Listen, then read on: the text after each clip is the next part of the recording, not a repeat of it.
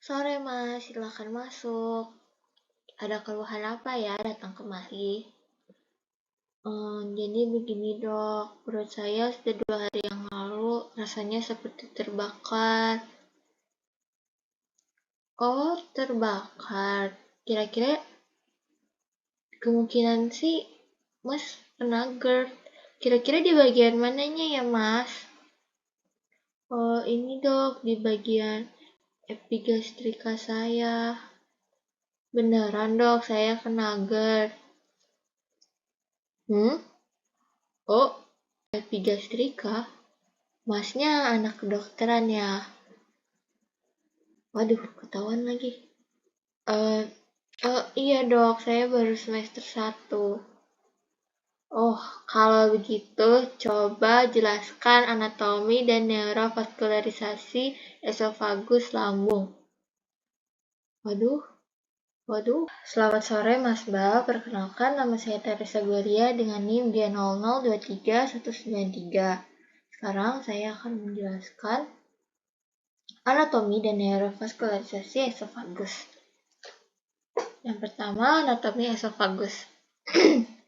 Di sini esofagus dimulai dari kartilago krikoid dan berada di bagian bawah posterior trakea.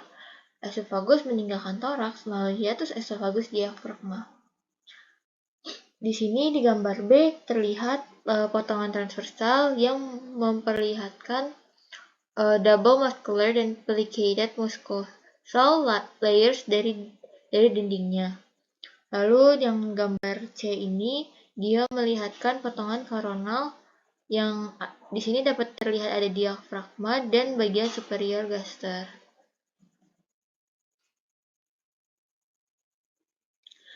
Selanjutnya, esofagus itu sendiri merupakan sebuah tabung berdinding otot yang dapat kolaps atau menyempit dan menghubungkan farinks dengan gaster. Terdapat 3 pars, yaitu pars cervical yang setinggi vertebra cervical 6 sampai vertebra thoracal 1, pars thoracalis yang setinggi vertebra thoracal 1 sampai 10, dan pars abdominalis yang setinggi vertebra thoracal 11. Lalu di esofagus sendiri ada 3 penyempitan. Yang pertama ada penyempitan angustia superior. Di ini terdapat musculi cricopharyngeus dan cartilago cricoidea. Dia setinggi vertebra coracal 6. Lalu ada angustia media yang ada di sini.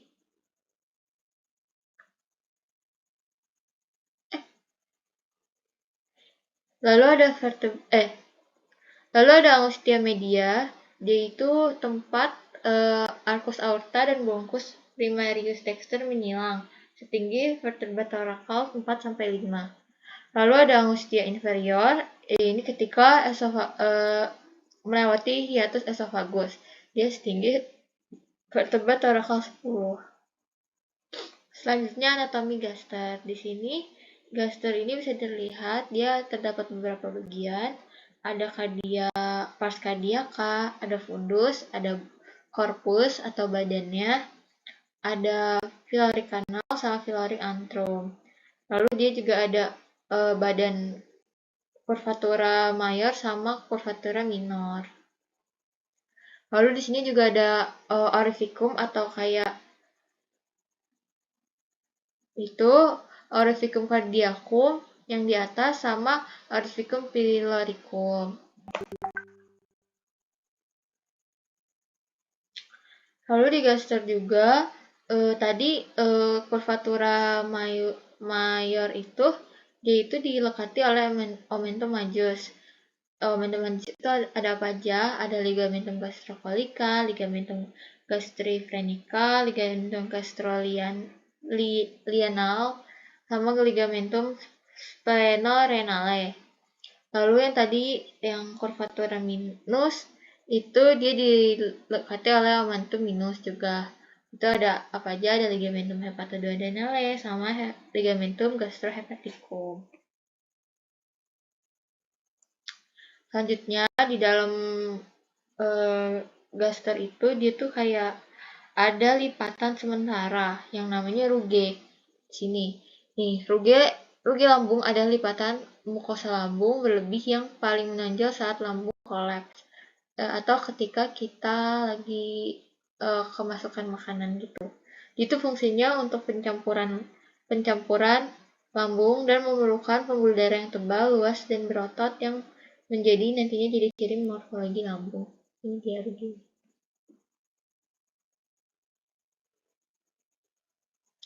Nah, terus kan tadi gester itu dia ada muskulinya kan. Nah, otot penyusunnya itu dia tuh ada 3 lapis, dia tebal. Jadi dari yang paling dalam tuh oblik, sirkular, sama longitudinal. Jadi oblik tuh kayak yang begini, sirkular tuh yang begini, dan yang longitudinal yang begini. Selanjutnya, saya akan menjelaskan neurovaskularisasi esofagus.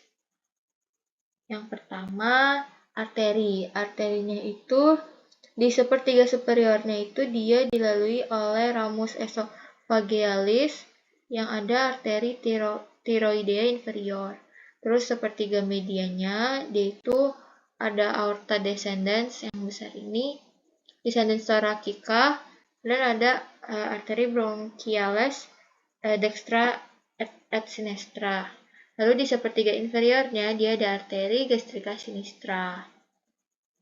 Untuk venanya di sepertiga superiornya dia dilalui oleh vena tiroidea inferior, sepertiga medianya oleh vena azygos, dan sepertiga inferiornya oleh vena gastrica sinistra.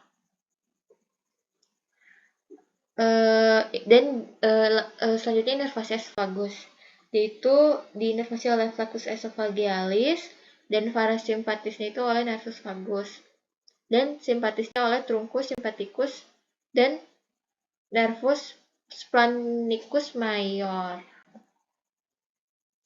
Selanjutnya ini neurovaskularisasi di gaster. Suplai arterial gaster itu meliputi arteria gastrica sinistra dari truncus coeliacus, lalu ada arteri gastrica dextra dari arteri hepatica propria, lalu ada arteria gastroomentalis dextra dari arteria gastroduodenalis. Di sini itu ada arteri gastroomentalis juga, omentalis yang sinistra juga dari arteri splenica, dan ada arteri gastrica posterior dari arteri splenica yang dia gak di semua lambung ada. Vena lambung itu sejajar dengan arterinya. Vena lambung dextra dan sinistra mengalir ke vena portal hepatik. Vena lambung yang pendek dan vena gastroomental kiri mengalir ke vena limpa yang bergabung dengan vena mesenterica superior untuk membentuk vena portal hepatik.